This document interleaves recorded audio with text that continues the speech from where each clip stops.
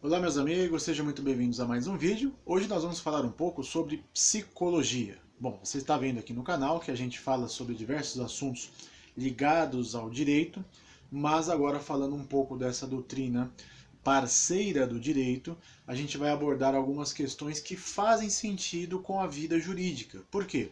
Porque a psicologia ela está ligada também à atuação do judiciário no que se refere à solução de litígios, muitas vezes de ordem familiar. Então é preciso nós olharmos para a coisa psicológica para poder entender como é que o judiciário entende, né? Como é que o judiciário observa a psicologia como uma disciplina muito favorecedora da solução de litígios. Você e eu já sabemos, o direito tem essa grande finalidade, né? Quando alguém pergunta para você qual que é a finalidade do direito, você responde a paz social. A psicologia ela atua também, né, nesse cenário de forma direta e muitas vezes contribuindo para a redução de processos que logo no seu início na conciliação, na mediação, com técnicas psicológicas, enfim, eles já ficam ali já solucionados sem precisar litigar por longas datas, ok? Bom, olhando então para a psicologia, o primeiro tema que a gente precisa lembrar é o que? Os mecanismos de defesa do ego.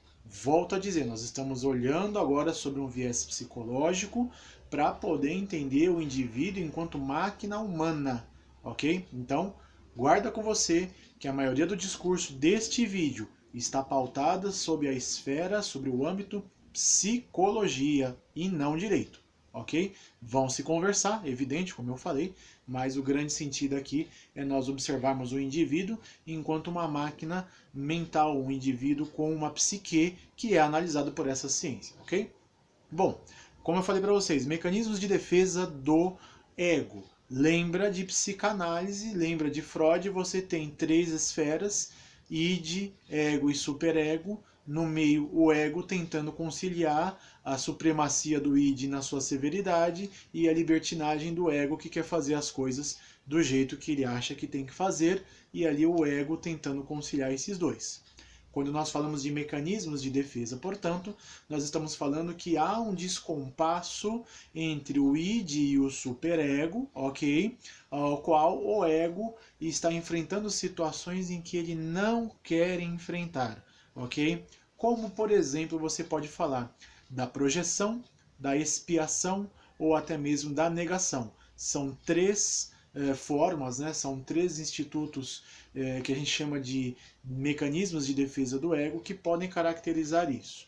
Vamos lá. Quando eu falo para vocês, por exemplo, da expiação, eu estou dizendo que o indivíduo ele cometeu uma determinada atitude, está numa determinada situação, e ele se pune ou busca uma punição imediatamente a essa situação para tentar se ver livre ou anulado do ato em si.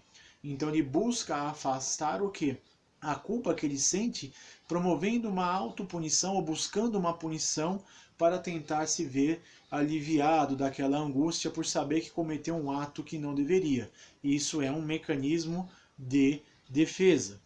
Projeção. O indivíduo, como o próprio nome sugere, projeta no exterior, no externo, aquilo que ele mesmo está sentindo, só que ele faz isso de forma sem perceber. Ele tem um impulso que sai do indivíduo, do interior para o exterior, e ele não percebe isso, de maneira que ele começa a enxergar nos outros aquilo que ele mesmo está sentindo, aquilo mesmo que ele deseja, enfim. Quando nós falamos, por exemplo, falei para vocês da expiação, falei para vocês da projeção, falamos também agora como um terceiro exemplo do que? Da negação. A negação ela é o indivíduo recusar o que está diante dos seus próprios olhos. O indivíduo vê uma realidade, o indivíduo percebe uma situação fática, mas ele a recusa, ele simplesmente não admite aquilo e ele recusa aquilo que ele sabe que é a verdade. É um mecanismo de defesa do ego. Nós não falamos que o conceito é esse? É o mecanismo, o descompasso entre o id e o superego, em que o ego está diante de situações que não quer enfrentar. Então guarda com você que mecanismos de defesa são institutos que o ego recorre para se defender, se proteger daquilo que ele não quer enfrentar. No exemplo que eu dei aqui, negação, expiação, né, e projeção. Só rememorando, negação àquilo que o indivíduo sabe que acontece e não admite. Vou te dar um exemplo. As crianças, quando mentem porque não querem ser punidas, não querem ser castigadas. A projeção, o impulso natural de dentro do indivíduo para fora, de maneira que ele exterioriza no outro aquilo que ele mesmo está sentindo. E aí vou dar um exemplo. Às vezes uma pessoa, né, que ela pode até ser homossexual, né, uma mulher, por exemplo, que ela é homossexual e ela projeta no seu esposo que ele está sempre buscando outras mulheres, quando na verdade é um desejo dela de fazer aquilo, só que ela não percebe isso. Projeção. Ou a expiação, o indivíduo que busca anular a consequência de um ato, punindo-se, buscando uma punição, ele mesmo vai em busca disso, para tentar se ver livre desse ato, ok? Bom, qual o trabalho da psicanálise? Psicanálise é uma vertente da psicologia que tem por finalidade tratar as angústias do paciente. De que forma que ele faz isso? A psicanálise, portanto, ela vai substituir a figura de referência do indivíduo por uma outra figura no qual vai ser o psicanalista para tratar as suas angústias, tá ok? E aí você começa a observar que existe a avaliação psicológica, fazendo o link agora da avaliação psicológica com o direito. Qual que é a finalidade, né? O que é uma avaliação psicológica no âmbito jurídico? Conceito. A avaliação psicológica, ela é um instrumento científico pautado em métodos e técnicas classificativos e quantificatórios, que tem por finalidade trazer um laudo que possibilite uma intervenção no indivíduo juridicamente falando. Ora, é simples. Se você falar para mim, nos efeitos do artigo 4º do Código Civil, dos relativamente incapazes, quando você fala do relativamente incapaz, você está dizendo que há um laudo médico, no caso psicológico, né? Médico ou psicológico, que vai atestar que a sanidade mental daquele indivíduo está comprometida e, portanto, ele não é plenamente capaz dos seus atos, ok? Esse é um exemplo das finalidades, né, de um exame médico, psicológico no âmbito jurídico, ok? Vamos lá. Quais são, então, os desvios que o indivíduo pode ter, os transtornos que ele pode ter? Quais são as classificações que ele pode ter?